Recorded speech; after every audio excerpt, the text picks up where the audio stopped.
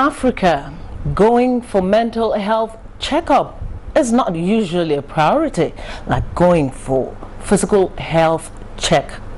This makes it difficult to determine someone's psychological state of mind before it becomes a problem in the society. These days, we hear some very disturbing reports of man's inhumanity to man. Even the newspapers are always filled with stories of friends being violent to each other. The most disturbing is that of loved ones killing one another without warning. Now, at what point did Nigerians get to the point of irrational behavior? What are the early warning signs? Is there a way to stop these violent tendencies? What is the link between mental health and anger? All these and more are some of the issues we will be taking on tonight on Nigeria Today. My name is Joy Usiago. Welcome.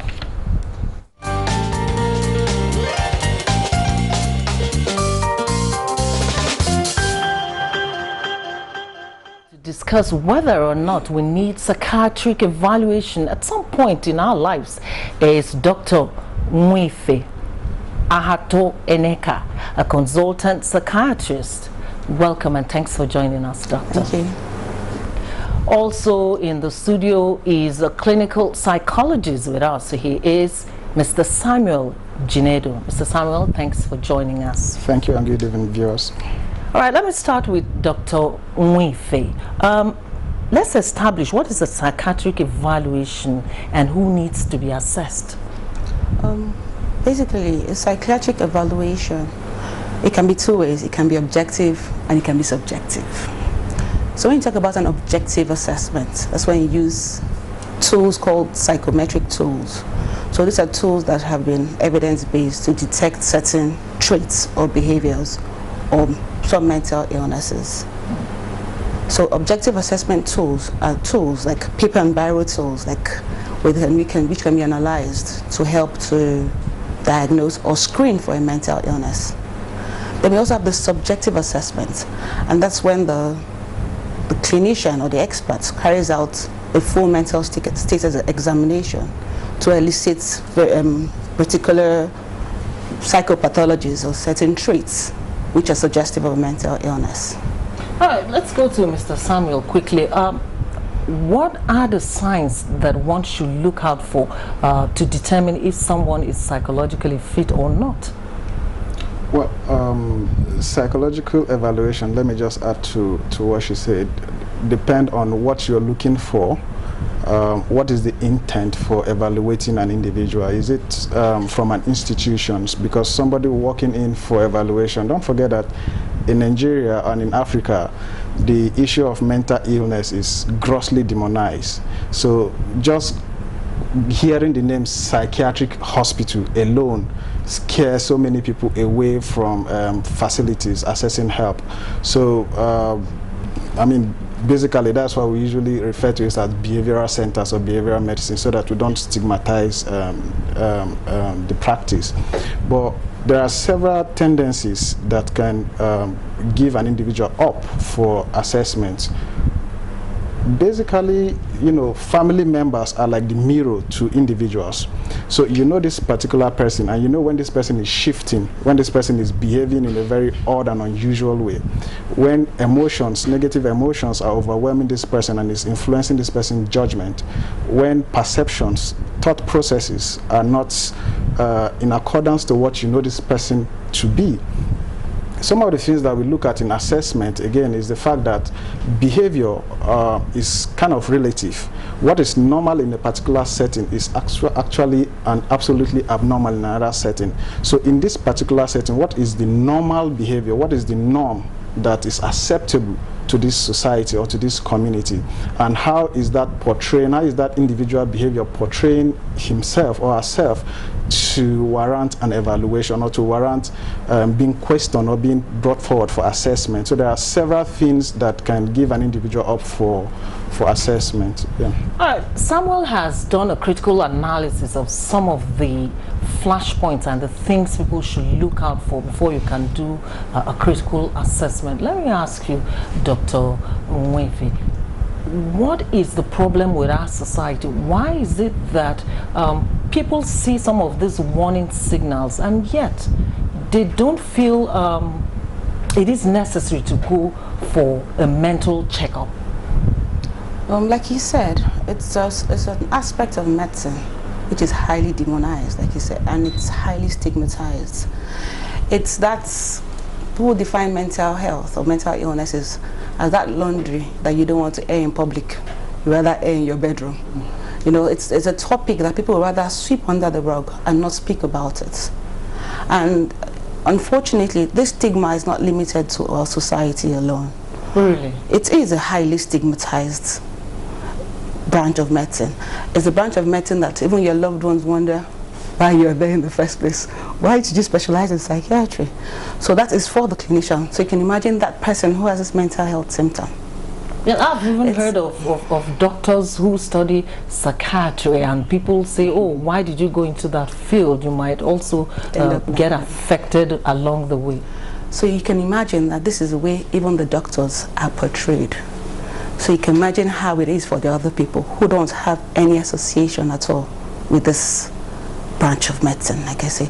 So it's because of, in our part of society, it's because of the interpretations that have been given to mental illnesses. First of all, it's they suggest it's something it's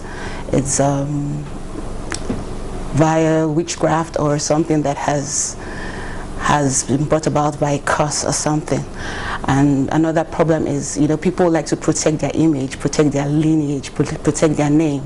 And there's this notion that, oh, if they find out I have a mental illness, it can affect my children, it can affect the family name, it can affect my ability to get a job, get a decent job. So it's this notion we have about mental illnesses that hinders those positive behaviors, like going for a screening when it's required, or for people, because these days people actually notice these traits. People actually notice behavioral changes, but most times we're in denial. We don't want to face it head on. That's a point there that will take me to Samuel, people being in denial. And I guess that's why some people cannot walk straight into a facility when they feel that something is not sitting well somewhere in their body or in their brains. This is all about educating the public. I mean, is it normal for someone to have mental issues, and is it okay for someone to walk into a facility and say, look, I don't feel well, I want you to examine me? Well, to a large extent, I keep telling my clients that if I've been through your experiences in life, if I've been through everything that you've been through, if I've had the same genetic composition that you have, and I've been through everything that you've been through, I will be the person sitting where you are sitting. So mental illness cut across tribe, cut across social strata, cut across religion, cut across every barrier. It can happen to anybody. Anybody can be affected by mental illness. It's not something that maybe an individual willingly attract for himself. There are certain kind of mental illnesses that probably the personality style or the exposure can make the individual start demonstrating. But by and large, the society is grossly undereducated about mental illness, including the causes, including the approach to treatment, and including what general mental illness is all about. There is a huge stigma that is surrounding mental illness, including people who have identified among themselves that I'm not feeling okay, I just cannot place my hand in it, but I know I'm not feeling okay, I know something is generally wrong. Sometimes even when people are depressed, they know that they are depressed, but go for assessment, go for intervention, they keep dragging their foot, and the more you drag, the more the situation gets complicated to a level where you might eventually even become psychotic. You know, that's not good for our society. And that's not good for the society, and even for the individual, that is not good, because you are further exposing yourself to stigma. You know, because you've lost touch with reality or with your environment, so you behave in a particular way that even yourself you don't know you're behaving in that particular way. So the earlier an individual notice maybe the thought processes, the feeling, the sensory processes, or maybe you're hallucinating, or maybe you have something that is not just going on with you very well in terms of your mindset or in terms of your mental functioning, the earlier you seek help. Again, I need to also clarify this. Most people, when they start having these experiences, some of the things they want to do is to seek spiritual help. There is no doubt that we encourage people to pray. You know, I keep saying it over and over that if I have malaria, I don't go about praying that the malaria will disappear. I go for treatment. You know, so in as much as we want people to pray, we also want them to take the right steps, so that at the end of the day, coming to us, it's not like we can't do anything beyond this level. You know, the earlier you come, the better. So mental illness is not something that people should run away from. It's not something that people should feel scared of, feel stigmatized from. Come, get help, and then move on with your life. Dr. Mwife, talking about people looking for help or seeking for help, I want us to look at institutions, agencies where we have different people from different backgrounds working together. And especially if you look at the times that we're in, people flare up easily. Just little provocation and people are screaming or they're fighting, and it's sounding like transferred aggression. Would you advise heads of institutions such as that to have their staff go for psychiatric evaluation once in a while? Is there anything wrong with that? Most definitely not. The average Nigerian spends most of his time, or average worker spends most of his day at work. So if there are behavioral changes in an individual, it is most likely to be observed, first of all, in the workplace. But I would advise a pre-evaluation assessment. Apart from that, then regular assessments, because there's sometimes that events which take place in the work environment trigger these symptoms. Because mental illnesses, or all of us basically, are a product of the interplay between our genes and our environment. So some people have genetic predispositions, and some people have these mental illnesses which come about based on triggers in the environment. So why I will recommend a pre-employment assessment is to help us to compare. At this point in time, when this person came in, there were no traits. 2 years later, we're seeing certain traits. What is happening in the workplace that may have predisposed this person to these traits? Of course, we know it's not limited to the workplace.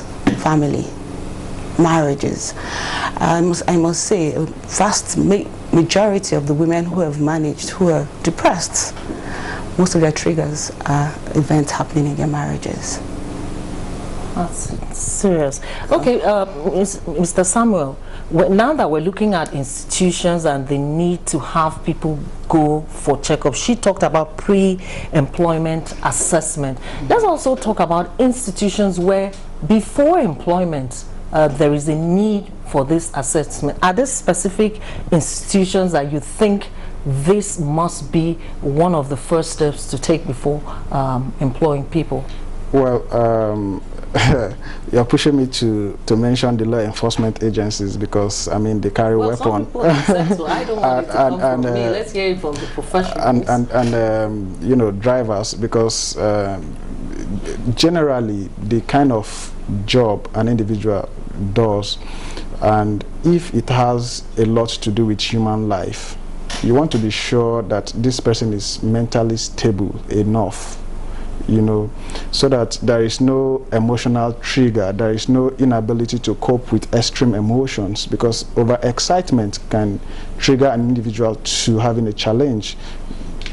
Likewise, negative emotions to the extreme can trigger an individual to have extreme, emotional challenge. So there are specific agencies or specific institutions that one would want to recommend, generally like those that have to do with, you know, securing lives or being responsible for individuals or other people's life. It's quite important that such kind of institution mandates staff or their employee to seek assessments, especially maybe routinely. The assessment may be in terms of general mental health, maybe in terms of psychoactive substance usage. You know, you don't want to expose firearm to someone who is heavily on psychoactive substance, for instance. You know, so there are several institutions that have to do with human life, securing the public, securing private individuals, that you want to be sure that they are mentally stable enough to carry out certain functions. All right, Samuel, you're watching Nigeria Today live, and the issue is psychiatric evaluation. Should we at some point in our lives go for evaluation? If so, when? And who should go for psychiatric assessment? We'll now take a break from the studio to hear from Nigerians on the streets.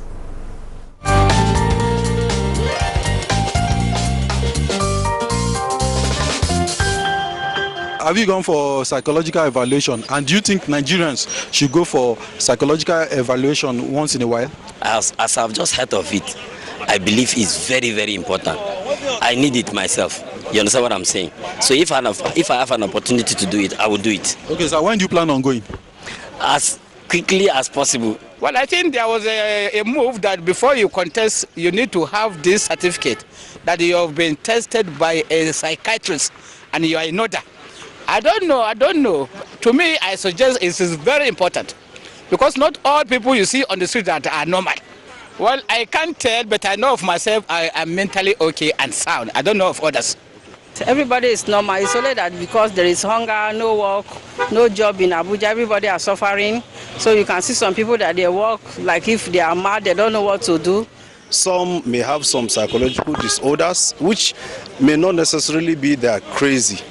They may not be mad, but they may have some psychological issues. Every human being in particular needs not only psychological evaluation, but periodic medical checkup.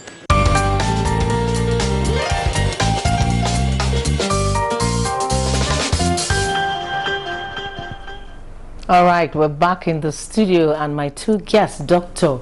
Mwife Ahato Eneka and Samuel Jinedu, are still here with us. So let's start with you, Dr. Mwife. I'm sure you listened to the comments there. Let's hear your opinion. What's your take on what we heard from Nigerians on the street? It's comforting to note or to hear that some people actually think it's necessary. And that means that all the talk that we've been doing over the years, some people are actually hearing us.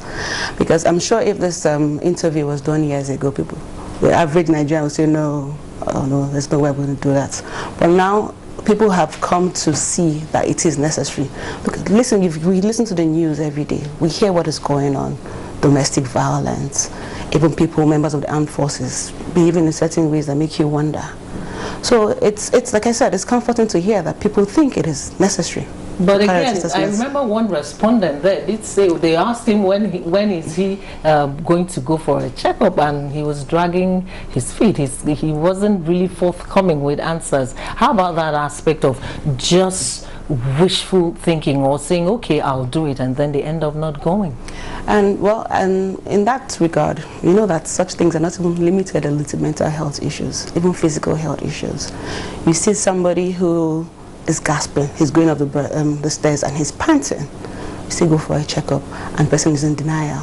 So I think it's just a mentality of denial. Of course, it's worse with mental illnesses. All right, yes.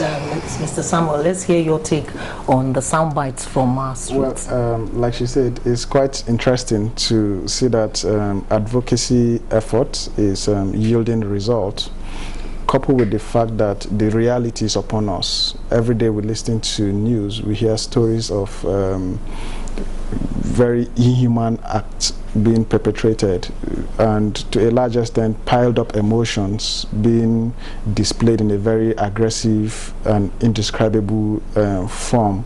So people are beginning to see that there is a need for this to happen. There is a need for an average individual to, just like you go for physical examination, you also check your mental health status. You also check what has been going on.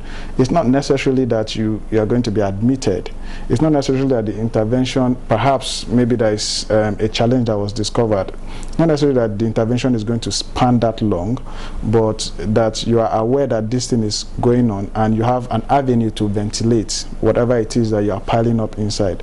I mean, it's quite interesting to see Nigerians on the streets. Now, some people to them. Some people, you see, like we heard a lady that say she linked this mental health issue to poverty, and some people say that to you.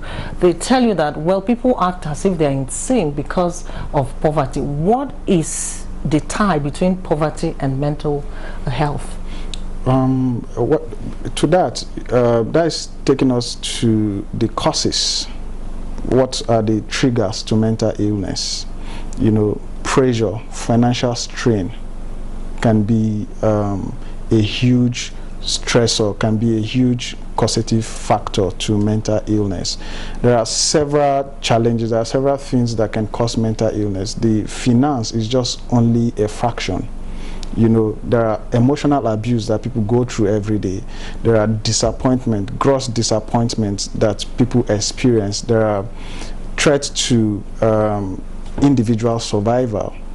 You know, it may not necessarily be very physical, tangible thing that you can touch, but the insecurity that people experience could be job insecurity, could be insecurity in terms of physical life.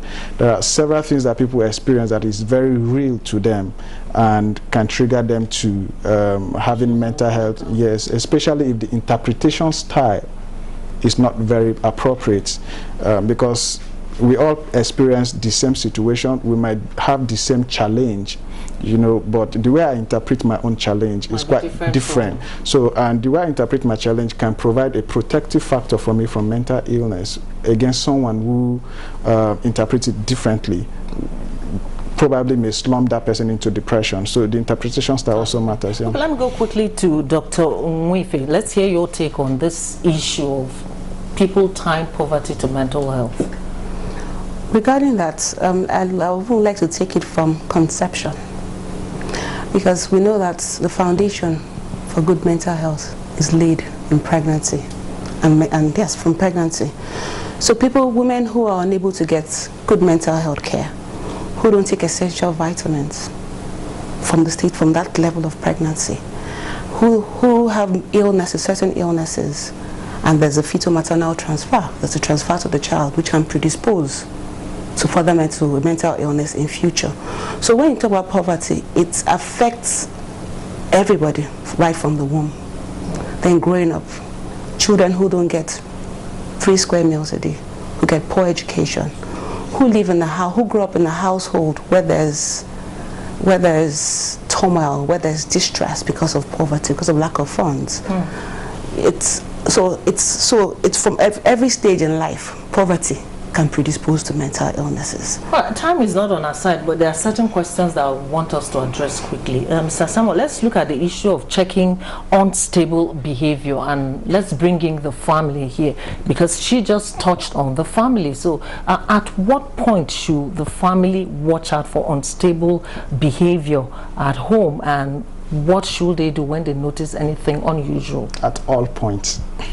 You know, the family is the first environment or the first observer to a changed behavior. You know, so to a large extent, when families observe this, they start looking for help. Now, the mental health facility, unfortunately, falls very low in the help-seeking behavior ladder. You know, this relative will come, would advise, see the spiritual healer, see this person, and before it comes to the mental health angle, you know, a whole lot would have gone wrong. So once a family member noticed behavioral changes, this person is not usually aggressive, this person is not usually throwing tantrum, this person is usually very engaging, now he's all by himself, always indoors, the family should take a step, you know, seek mental health facility that you can expose, or you can take this person to, you can refer this person to. Okay. I'd like to go quickly to Dr. Mwife, because time is not on our side. Now, when we notice such behavioral patterns, how should they be treated? Well, and one thing about mental illnesses is, let me just quickly say this though, is that our diagnosis is guided by certain strict criteria, because people are quick to mention mental illnesses loosely. You wash your hands too much, you have OCD.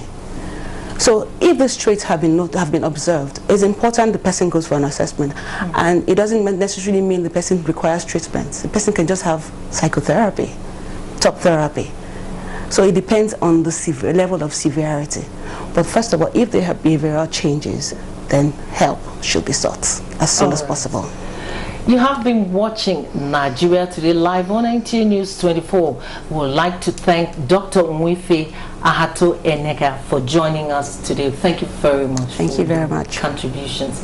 And also we would like to thank Mr. Samuel, who has been speaking at length on the issues here this evening. We want to thank you very much for joining us this evening and for your contributions. Thank you so very much. And that's it on this edition of Nigeria Today. We thank you all for watching and have a relaxing evening. I am Joy Usiago.